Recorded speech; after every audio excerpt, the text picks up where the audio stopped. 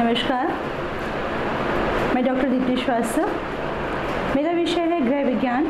गृह विज्ञान के अंतर्गत गृह प्रबंधन पेपर में आज हम पढ़ेंगे पुष्प सज्जा। पुष्प सज्जा क्या होती है, पुष्प सज्जा किसे कहते हैं, पुष्प सज्जा कितने प्रकार की होती है, पुष्प सज्जा का हमारे जीवन में क्या महत्व है, इसको आज हम जानेंगे। जैसे कि हम सभी जानते हैं कि पुष्प हमेशा हमें प्रसन्नता और आनंद का अनुभव कराने में सहयोगी रहे हैं। पुष्प हमारे जीवन को आनंददायी बनाने में सहयोग करते हैं। पुष्प एक ऐसा जीवनदायिनी तत्व है जिसको देखकर ही हमें प्रसन्नता और खुशी का अनुभव हो जाता है। तो जीवन में खुशियाँ और सुख की अनुभूति के लिए पुष्प सदैव हमारे लिए आवश्यक रहे हैं। पुष्प मनोहारी हों, ऐसे पुष्प सदैव हमारा ध्यान आकर्षित करते हैं। जिन स्थानों पर पुष्पों की व्यवस्था देखने को मिलती है वो सभी स्थान किसी न किसी रूप में हमें आकर्षक लगते हैं और हमारा ध्यान अपनी ओर केंद्रित कर लेते हैं। सुंदरता, स्वास्थ्य, सुख, आनंद, जीवन, इन सभी की उपस्थिति एक साथ हमें कहाँ मिलती है? पुष्पों में।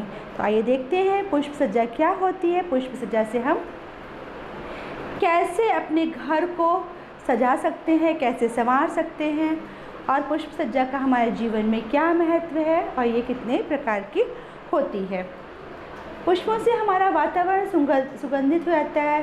साथ साथ पुष्पों के द्वारा हमारे वातावरण में जीवंतता का भाव देखने को मिलता है। पुष्प सज्जा विशेष रूप से बाह्य पुष्प सज्जा और आंतरिक पुष्प सज्जा दो प्रकार की देखने को मिलती है, लेकिन ये दोनों ही प्रकार की पुष्प सज्जा का हमारे लिए क्या महत्व है, आज हम इसे जानेंगे। पुष्प सज्जा का महत्व स्वास्थ्य की दृष्टि से पुष्प बहुत ही महत्वपूर्ण है। स्वास्थ्य के दृष्टिकोण से यदि हम पुष्पों को देखते हैं तो पुष्पों का जो रंग है, अलग अलग रंगों में पुष्प हमें देखने को मिलते हैं। लाल, पीले, हरे, नीले, गुलाबी, सफ़ेद, हर रंग का अपना एक विशेष आकर्षण है, एक विशेष महत्व है। अब किस रंग के पुष्पों को हमने अपने लिए चुना है, ये हमारे इच्छा पर, रुचि पर और हमारे स्वास्थ्य पर भी निर्भर करता है। जब हम बहुत दुखी होते हैं तो हम सादे फूलों को चयन करते हैं, जब हम बहुत खुश होते हैं तो हम रंगीन पुष्पों का चयन करते हैं। तो ये हमारे स्वास्थ्य को अति उत्तम बनाने में, हमारी खुशी को बढ़ाने में, क्योंकि आप जितना खुश रहेंगे आपका स्वास्थ्य उतना अच्छा रहेगा। स्वास्थ्य दृष्टिकोण से पुष्प हमारे लिए बहुत आवश्यक है। मनोवैज्ञानिक एवं नैतिक दृष्टिकोण से भी पुष्प हमारे लिए अत्यंत आवश्यक है।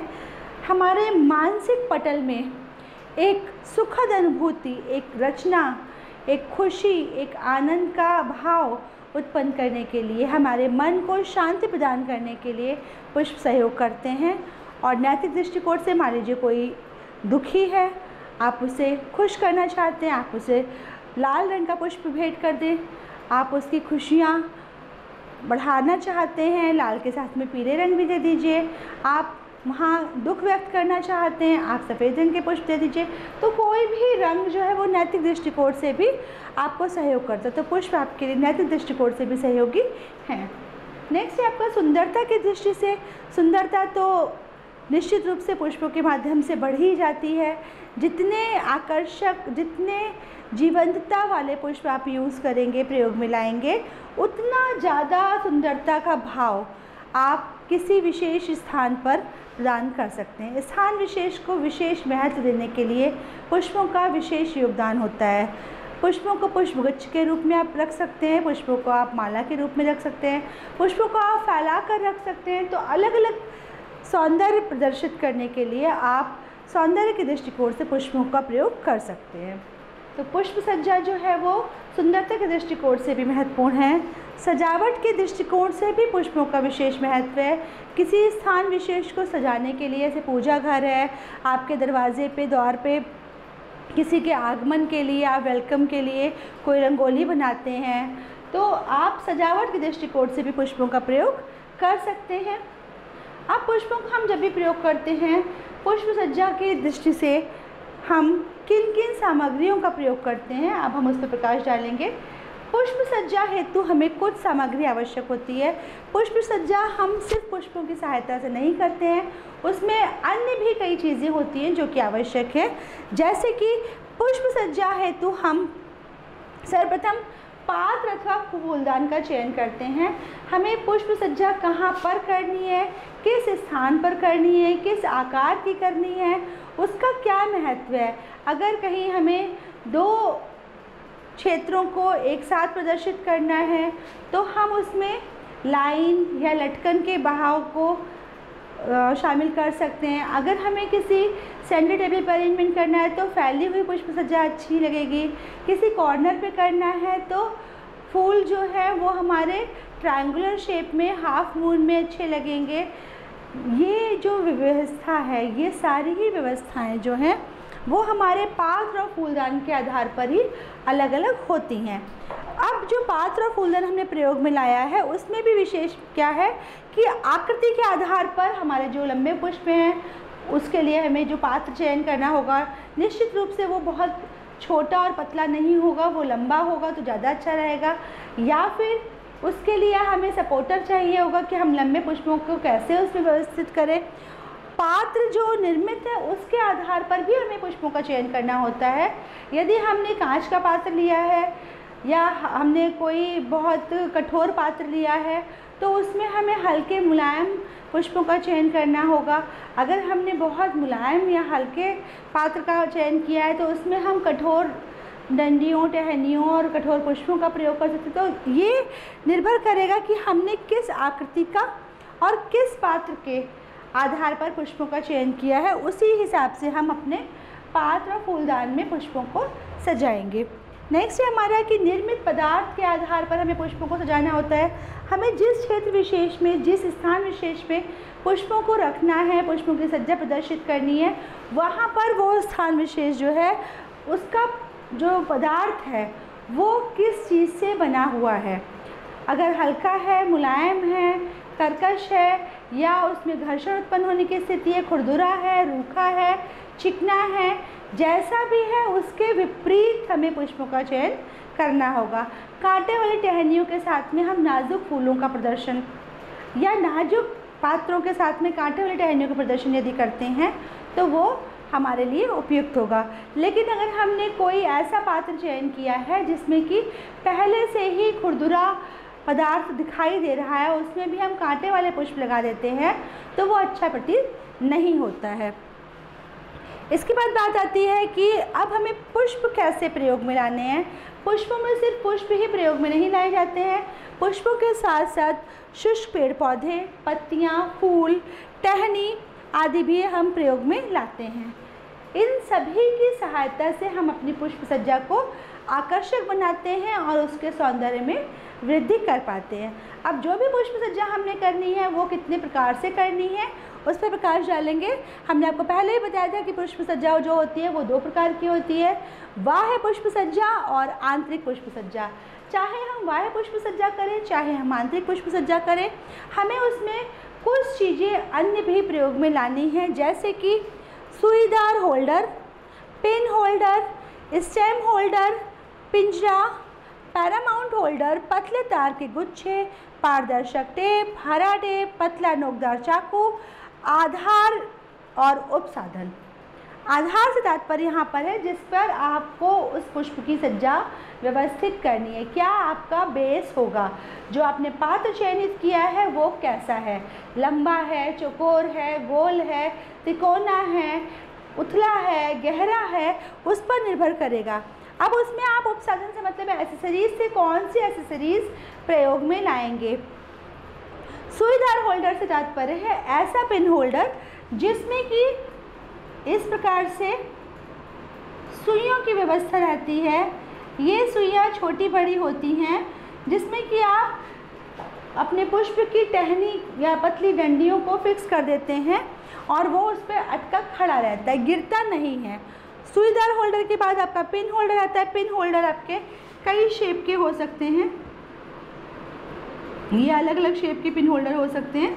ये डिपेंड करेगा कि आपको कैसे पुष्प सज्जा करनी है, कहाँ पे आपको व्यवस्थित करना है, और एक पुष्प सज्जा में आप एक से अधिक होल्डर का प्रयोग भी कर सकते हैं। स्टेम होल्डर जो होता है वो आपके स्टेम को सपोर्ट करने के लिए स्टिक की तरह, तार की तरह आप उसको लेके बांध सकते हैं और फिक्स कर सकते हैं टहनी में, उसकी पतली डंडी में पुष्प की। पिंजरा एक जाल जैसा मैटर होता है, एक जाल नुमा संरचना होती है जिसको कि आप इजीली बंद भी कर सकते हो। उसमें अपने पुष्पों को रखा, उसको हल्का सा दबा दिया तो वो फिक्स रहता है, ऐसा नहीं होता कि वो बिखर के गिर जाए। इस पिंजरे की सहायता से आप उसको सहयोगी रूप में प्राप्त कर सकते हैं। पैरामाउंट होल्डर जो होता है वो उसको चारों ओर से बांधने के लिए सहयोग करता है। पतले तार के गुच्छे उसको नीचे से पकड़ने या बांधने में सहयोग करते हैं या पत्तियों और फूलों को टिकाने में सहयोग करते हैं। इसके अलावा पारदर्शक टेप होता है जो कि टहनी को पुष्प के साथ में कभी कभी बांधते समय या लगाते समय या उसको सज्जा करते समय वो टूट जाता है, तो आप उसको पारदर्शक टेप की सहायता से फिर से फिक्स कर सकते हैं और 1 दिन, 2 दिन, 3 दिन जितने जैसा आपने पुष्प प्रयोग में लाया है उसके हिसाब से उसको कई दिनों तक प्रयोग में ला सकते हैं। हरा टेप, जहाँ पर टहनी का रंग या डंडी का रंग या जो उसकी क्लैंप्स हैं उसका रंग अगर विभिन्न रंगों का आपने प्रयोग किया है तो एक जैसा, एक रूपता का भाव लाने के लिए आप हरे टेप का यूज़ कर सकते हैं। पतला नोकदार चाकू, कहीं कहीं पर आपको इम्प्रेशन देना है या शेप देना है या कहीं पे मोड़ना है, उसके लिए आप इसको प्रयोग करेंगे। इन सभी चीज़ों का जब आप प्रयोग करते हैं तब आप पुष्प सज्जा को भली भांति अपने घर के किसी क्षेत्र विशेष में सौंदर्य प्रदान करने हेतु प्रयोग में ला सकते हैं। अब जो पुष्प सज्जा की शैलियाँ होती हैं वो अलग अलग होती है। पुष्प सज्जा जो है वो अलग अलग प्रकार से करते हैं। पुष्प सज्जा जो है विशेष रूप से 2 प्रकार की देखने को मिलती है। पहली परंपरागत पुष्प सज्जा और दूसरी आधुनिक पुष्प सज्जा। जो परंपरागत पुष्प सज्जा है उस पुष्प सज्जा के अंतर्गत हम परंपरागत तरीकों से परंपरागत पुष्पों का चयन करके रंगों का परंपरागत कॉम्बिनेशन, रंगों की जो संयोजन व्यवस्था होती है, रंगों को कैसे संयोजित करेंगे, हम किसके साथ कौन से रंग अच्छे लगेंगे, ये कॉम्बिनेशन जो है पूर्व निर्धारित होता है परंपराओं के आधार पर, जिसमें हम अपने पूजा पाठ संबंधी कार्यक्रमों को संपन्न करते हैं। तो उन परंपराओं को ध्यान में रखते हुए उन शैलियों का हम इसमें प्रयोग करते हैं। दूसरा आता है आधुनिक शैली। आधुनिक शैली की जो पुष्प सज्जा होती है, इस शैली के अंतर्गत हम 2 प्रकार से पुष्प सज्जा प्रदर्शित कर सकते हैं। पहला हम विदेशी तरीके से कर सकते हैं, दूसरा हम मॉडर्न तरीके से कर सकते हैं। पुष्प सज्जा जो है विदेशी और मॉडर्न दोनों में एक अलग अंतर देखने को मिलता है। विदेशी से तात्पर्य है जहाँ अमेरिका में, लंदन में, फ्रांस में, इटली में, अलग अलग देशों में, अलग अलग मतलब अपने भारत देश के अतिरिक्त अन्य देशों में जहाँ जैसी पुष्प सज्जा की आवश्यकता है, जहाँ जैसा पसंद किया जाता है या जहाँ जैसे पुष्पों की व्यवस्था प्राप्त हो पाती है, हर जगह पे हर प्रकार के पुष्प उत्पन्न नहीं होते हैं और हर जगह पे हर प्रकार के पुष्पों का प्रयोग भी नहीं किया जाता है। तो जहाँ पर जैसे पुष्पों की उपलब्धता है उसके आधार पर विदेशी पुष्प सज्जा की जाती है और मॉडर्न पुष्प सज्जा को हम आधुनिक, परंपरागत या विदेशी तरीके से प्रदर्शित कर सकते हैं। ये डिपेंड करता है कि हमारी आवश्यकता क्या है। हमें फॉर्मल प्रेजेंटेशन देना है, हमें इनफॉर्मल प्रेजेंटेशन देना है, यानी कि औपचारिकता और अनौपचारिकता को ध्यान में रखते हुए हम पुष्पों की सज्जा को संपन्न करते हैं। पुष्प सज्जा में हमने आपको बताया था कि विदेशी और मॉडर्न 2 तरीके हैं। तो जो शैली है, जब हम विदेशी शैली का प्रयोग करते हैं, विदेशी शैली की पुष्प सज्जा में 4 प्रकार की पुष्प सज्जा, 5 प्रकार की पुष्प सज्जा देखने को मिलती है, जिसमें है इकेबाना, रिक्का, शोका, मौरीबाना, नाजीरे। ये सामान्यतः देखने को मिलती है। इन सभी प्रकार की जो पुष्प सज्जाएँ हैं इनमें एक विशेष अंतर है। पुष्प सज्जा का प्रारंभ जो है वो आपका जापान, इटली, जहाँ पर बहुत भिक्षु पाए जाते हैं, आपका दार्जिलिंग है, ऐसे स्थानों पर जहाँ पर आप पुष्पों को सजावट की दृष्टि से नहीं, पुष्पों को सम्मान और आदर भाव प्रदान करने के लिए प्रयोग में लाते थे। धीरे धीरे वो सज्जा में परिवर्तित होती गई, धीरे धीरे उसमें परिवर्तन हुआ। सज्जा के साथ साथ उसको आवश्यक सज्जा के रूप में प्रयोग में लाया जाने लगा। लेकिन विशेष पात्र, विशेष पुष्प और विशेष रूप की जो संयोजन विधि है, विशेष रूप की जो सज्जा है, वो हम अलग अलग नामों से जानते हैं और अलग अलग नामों से उसका प्रयोग किया जाता है। उदाहरण के लिए जब हम इकेबाना शैली का प्रयोग करते हैं, इकेबाना पुष्प सज्जा का प्रयोग किया जाता है, तो इसमें 3 रेखाओं पर विशेष बल दिया जाता है। इसमें जो भी सज्जा की जाती है पुष्पों के माध्यम से, उसमें विशेष रूप से 3 रेखाओं पर बल दिया जाता है। इसमें 3 टहनियाँ जो कि अलग अलग क्षेत्र को प्रदर्शित करती हैं। पहली टहनी जो स्वर्ग को प्रदर्शित कर रही हो, इस प्रकार से मान लीजिए ये हमारा पात्र है, तो पहली टहनी स्वर्ग को, दूसरी टहनी मनुष्य को और तीसरी टहनी पृथ्वी को प्रदर्शित करेगी। 3 रेखाएं इसमें हम ध्यान में रखते हैं। इन तीनों रेखाओं का अपना अलग उद्देश्य है। पुष्पों का संयोजन भी ऐसे ही होगा। पुष्पों को हम गिरते हुए क्रम में लगा सकते हैं। इसमें हम लटकती हुई पुष्प सज्जा भी कर सकते हैं, लेकिन जो पुष्प होंगे वो सब कुछ खड़े हुए होंगे, कुछ बीच में प्रदर्शन दे रहे होंगे और कुछ नीचे की तरफ होंगे, क्योंकि हम यहाँ पर इकेबाना पुष्प सज्जा का प्रदर्शन कर रहे हैं, जिसमें कि विशेष रूप से प्रथम रेखा जो है वो स्वर्ग को प्रदर्शित कर रही है, द्वितीय रेखा जो है वो मनुष्य को प्रदर्शित कर रही है और तृतीय रेखा जो है वो पृथ्वी की ओर संकेत कर रही है। जो आपकी फर्स्ट रेखा है, प्रथम रेखा जो होती है वो आरंभ होती है और मध्य बिंदु से आरंभ इसका होगा। प्रथम रेखा का आरंभ कहाँ से होता है? मध्य बिंदु। जो आपका पात्र का मध्य बिंदु है, मध्य बिंदु से प्रारंभ होता है इसका और मध्य बिंदु के पास ही ये समाप्त हो जाती है।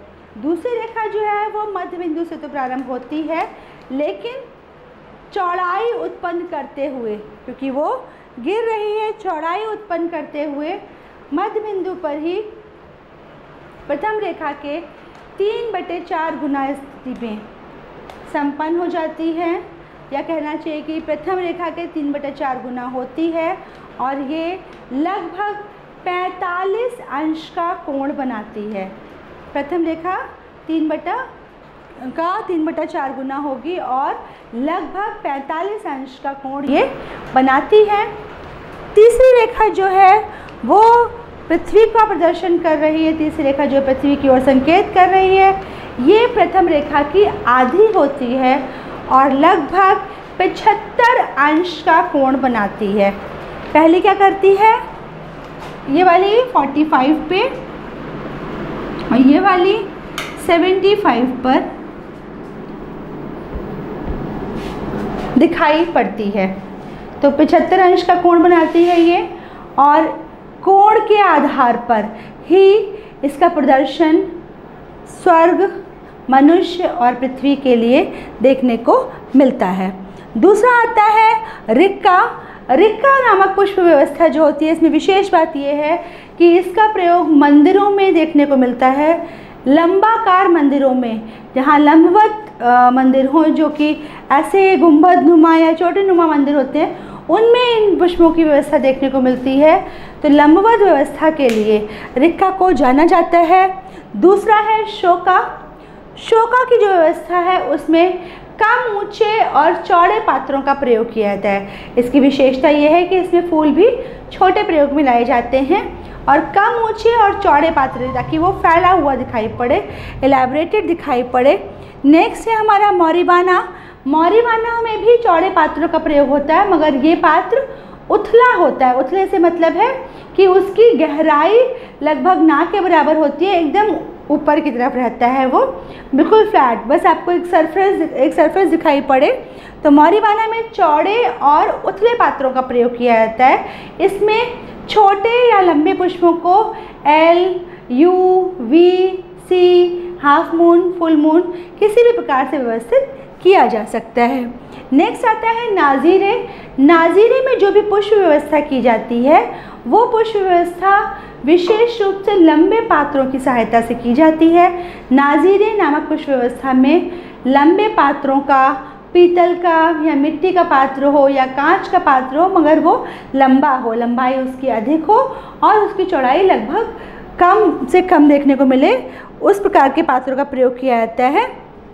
ये नाजीरे की व्यवस्था है और इन विशेष पात्रों में लटकती हुई पुष्प सज्जा आराम से की जा सकती है। लटकती हुई पुष्प सज्जा का इसमें ज़्यादा रोल है। इसमें जो भी पुष्प सज्जा की जाएगी वो स्टैंडिंग पोजीशन में भी हो सकती है, थोड़ी गिरती हुई भी हो सकती है और पूरी तरह से लटकती हुई भी हो सकती है।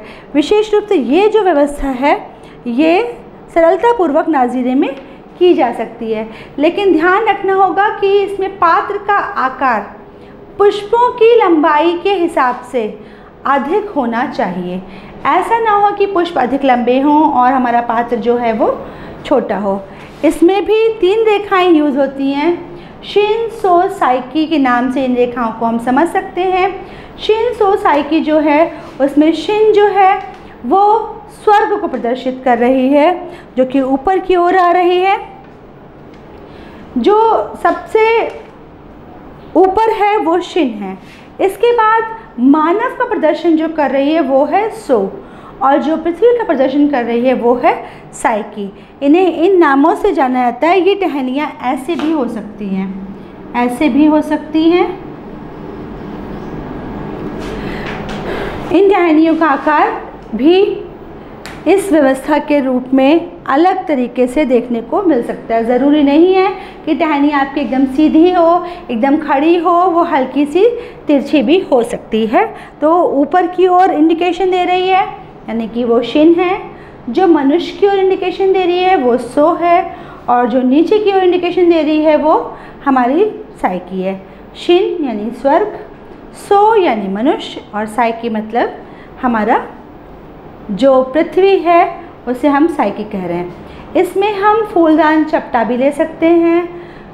फूलदान जो है वो हम चौड़ा भी ले सकते हैं, थोड़ा चौड़ा लें, कम चौड़ा लें, लेकिन उसकी व्यवस्था जो होगी वो लंबवत ही होनी चाहिए, तभी हम इसका प्रयोग कर पाएंगे। इसमें लंबवत पुष्पों को हम लंबवत जो हमारा फूलदान है उसमें हम पुष्पों को लगाते हैं। उसके लिए रोकने के लिए कई बार हमें उसमें पॉट में बालू रखनी पड़ती है। अगर हम ड्राई अरेंजमेंट कर रहे हैं तो बालू से हमारा काम चल जाता है। अगर हम ड्राई अरेंजमेंट नहीं कर रहे हैं, पुष्प हमारे जो है वो ताज़े हैं, ताज़े फूलों का हम प्रयोग कर रहे हैं, हम उसमें पानी भी रख सकते हैं। और अगर हम पानी नहीं रखना चाहते हैं, थोड़ा और लंबे समय तक चलाना चाहते हैं, तो हम उसमें नीचे की तरफ पिन होल्डर लगा के कम पानी की व्यवस्था भी कर सकते हैं। साथ साथ हम इसमें ओएसिस का भी प्रयोग कर सकते हैं। ओएसिस जो है वो फोम जैसे आकार का काई नुमा संरचना वाला पदार्थ है, जिसमें कि आप इजीली अपने फ्लावर्स को स्टिक कर सकते हैं। और ओएसिस को आप अगर चाहेंगे तो नेट की सहायता से बांधे भी रह सकते हैं। ओएसिस को अगर आप भिगो देंगे तो वो 1, 2, 3 दिन तक आपके पुष्पों को ताज़ा भी रखेगा। तो पुष्पों के लिए आप सज्जा अलग अलग तरीके से कर सकते हैं। अलग अलग जो शैलियाँ हैं हमने आपको वो बताई हैं।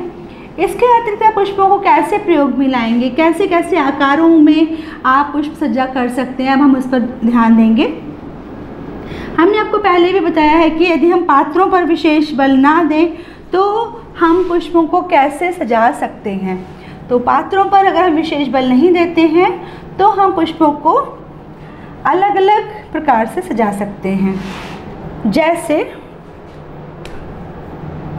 हम पुष्पों को ऐसे सजा सकते हैं, हम पुष्पों को ऐसे भी सजा सकते हैं, हम पुष्पों को ऐसे सजा सकते हैं,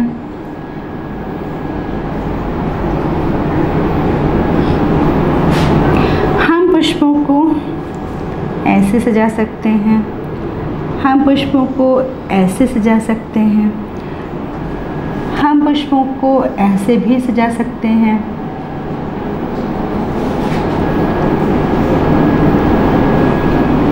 जो पुष्पों की व्यवस्था हो वो छोटे से बड़े होते हुए क्रम में लगी हो, ऐसा भी कर सकते हैं। हम एल के अलावा यू शेप में लगा सकते हैं। हम पुष्पों को बेल शेप भी दे सकते हैं।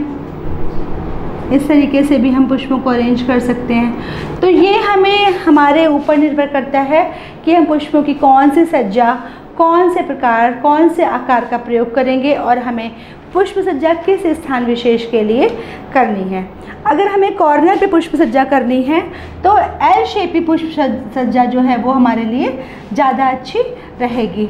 अगर हमें सेंटर में करनी है तो हमें ये वाली पुष्प सज्जा या हमें ये वाली पुष्प सज्जा जिसमें कि हम फुल मून या हम हाफ मून का प्रयोग करें, ये अधिकतम रहेगी। यदि हमें कॉर्नर पे करनी है तो ये वाली पुष्प सज्जा भी हमारे लिए अच्छी रहेगी। इसके लिए ज़रूरी नहीं है कि हमारा जो आकार हो पात्र का वो पुष्पों के हिसाब से ही हो, बस उसमें पुष्प बैलेंस रहने चाहिए, संयोजित रहने चाहिए, व्यवस्थित रहने चाहिए, बार बार डिस्टर्ब नहीं होने चाहिए। और ध्यान देना चाहिए कि अगर पुष्प सज्जा के लिए हमने कोई विशेष पात्र का चयन किया है तो विशेष फूलों का भी चयन करना होगा। पात्र का रंग और पुष्पों का रंग अगर विपरीत होता है तो बहुत अच्छा प्रदर्शन पुष्प सज्जा के माध्यम से हम कर सकते हैं, ज़्यादा ध्यान आकर्षित कर सकते हैं। अगर हल्के रंगों का प्रदर्शन करेंगे तो सादगी का भाव, अगर गहरे रंगों का प्रदर्शन करेंगे तो खुशी का भाव हम प्रस्तुत कर सकते हैं पुष्प सज्जा के माध्यम से।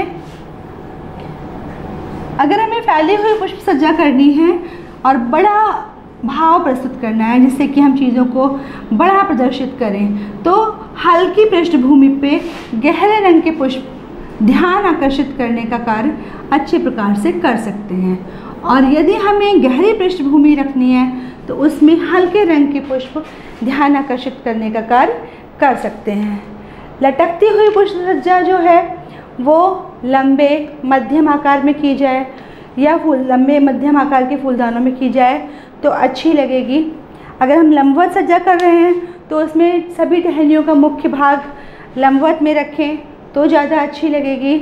अगर तिरछी कर रहे हैं तो उसमें अनियमित आकार के छोटे से बड़े या बड़े से क्रम को हम प्रदर्शित करें, छोटे से बड़े या बड़े से छोटे पुष्पों की टहनियों को एक साथ व्यवस्थित करें तो वो अति उत्तम लगेगा।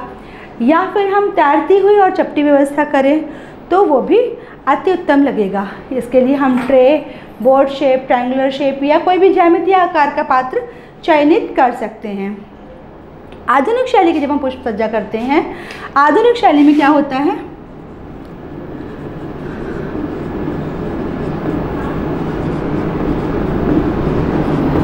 आधुनिक शैली की जब हम पुष्प सज्जा करेंगे तो विशेष ध्यान देंगे कि रेखीय डिज़ाइन में पुष्प सज्जा की जाए।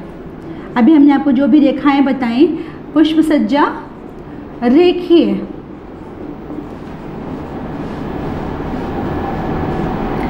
रेखीय से तात्पर्य है रेखा सीधी हो, रेखा तिरछी हो या फिर रेखा ऐसे है। इन सभी रेखाओं का हम विशेष ध्यान देंगे कि हमें पुष्प सज्जा किस रेखीय क्रम में करनी है। तो पुष्प सज्जा जो है वो रेखीय डिज़ाइन में की जाए तो उसे हम कहेंगे लाइन डिज़ाइन पुष्प सज्जा। दूसरी बात, आधुनिक शैली में हम विशेष ध्यान रखेंगे कि समूह शैली व्यवस्था को प्रयोग में लाएंगे। समूह शैली से तात्पर्य है कि एक प्रकार के समूह में एक प्रकार के पुष्प या एक प्रकार की टहनियाँ या एक रंग के पुष्प या एक आकार, एक साइज़ के पुष्पों को और टहनियों को हम प्रयोग में लाएंगे। फिर आती है आपकी मिली जुली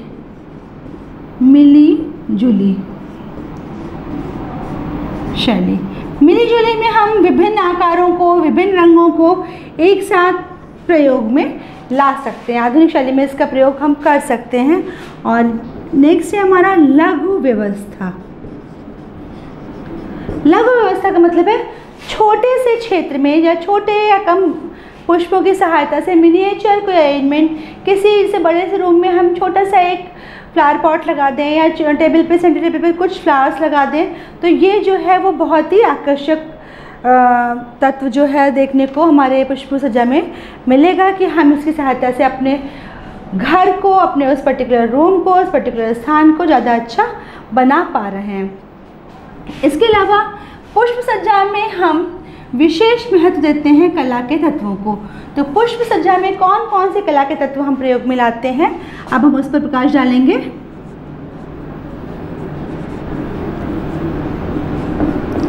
पुष्प सज्जा में कला के तत्व, पहला तत्व हमारे कला का रहेगा रेखा और आकार, जो हम पहले भी डिस्कस कर चुके हैं। रेखा पर हम विशेष बल देंगे तथा आकार पर।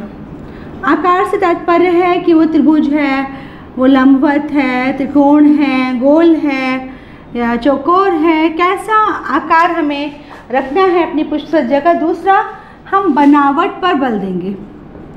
बनावट कैसी होगी, कैसी पुष्प सज्जा देखने में बाद में लगेगी, झुंड में दिखाई पड़ेगा, किसी एक फूल पे विशेष बल होगा, किसी एक रंग पे विशेष बल है, वो हाफ मून है, फुल मून है, किस प्रकार से है। इसके बाद आती है बात रंगों की। किस रंग का हमने पुष्प चयनित किया है, किस रंग की डाल हमने लगाई है, हमारे कमरे का रंग क्या है, क्या वो उससे मेल खाता है या वो उसके विपरीत है। तो जैसा प्रभाव हमें प्रस्तुत करना है उस हिसाब से हम पुष्पों के रंगों का चयन करेंगे। और किन किन रंगों को हम एक साथ प्रयोग में ला सकते हैं, जैसे लाल के साथ पीला, लाल के साथ सफ़ेद, लाल के साथ में काला रंग का पुष्प यदि हम प्रयोग में लाते हैं तो ये ज़्यादा अच्छा प्रभाव प्रस्तुत करता है। गुलाबी के साथ में हरे, गुलाबी के साथ में सफ़ेद, गुलाबी के साथ में पीले पुष्प अगर हम प्रयोग में लाते हैं तो ये ज़्यादा अच्छा प्रभाव प्रस्तुत करता है। इस पर हम विशेष बल देंगे। इसके बाद बात आती है रिक्त स्थान की। ये बहुत महत्वपूर्ण है। रिक्त स्थान का अगर हम सही प्रयोग नहीं करते हैं तो कला का जो प्रदर्शन है हम सही प्रकार से नहीं कर सकते हैं। दो पुष्प लगाए फिर स्थान रखते हैं, फिर दो पुष्प लगाए फिर जो स्थान है वो रिक्त है, तो वो अच्छा प्रदर्शन नहीं करता है। हमें रिक्त स्थान में कुछ और फिल करने के लिए या उसमें दूसरी टहनी या पत्तियों को व्यवस्थित करने के लिए पहले से प्लान करना होता है, पहले से सोचना होता है कि किस पुष्प के बाद कौन सी पत्ती हमें व्यवस्थित करनी है, संजोनी है, संयोजित करनी है। उस रिक्त स्थान को हमें प्रयोग में लाना होता है, तब हम आकर्षक पुष्प सज्जा जो है वो प्रदर्शित कर सकते हैं। पुष्प सज्जा के लिए कुछ सिद्धांत भी हम प्रयोग में लाते हैं कला के। वो सिद्धांत कौन कौन से, अब हम उस पर प्रकाश डालेंगे।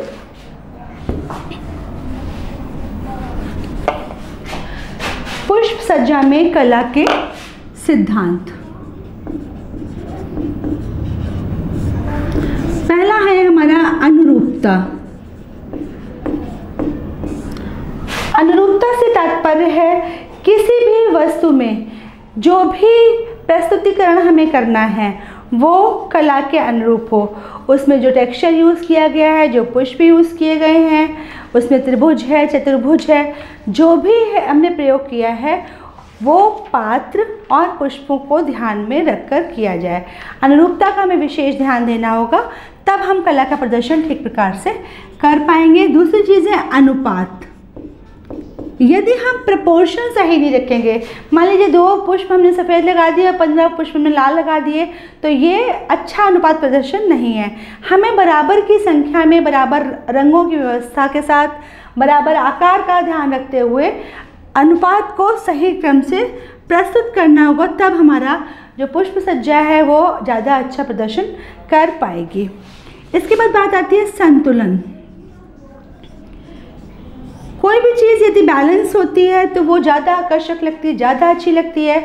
हमें साइज़ में, रंगों में, उसकी व्यवस्था में, उसके पात्रों और फूलों की टहनियों के आकार में, सब में हमें एक संतुलन रखना होता है, तब हम पुष्प सज्जा को आकर्षक बना सकते हैं और उसमें कला का प्रदर्शन कर सकते हैं।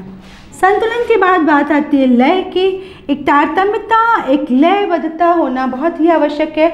हमारी आंखों में सौंदर्य का भाव तब उत्पन्न होता है जब किसी भी वस्तु में हम लय का प्रदर्शन सही प्रकार से कर पाते हैं। यदि लय नहीं होगी, यदि एक क्रम में हम ऊपर नीचे नहीं देख पाएंगे, एक क्रम में नहीं देख पाएंगे, एक जगह जाकर ध्यान केंद्रित हो जाएगा, तो सौंदर्य की दृष्टि से वो अच्छा नहीं माना जाता है।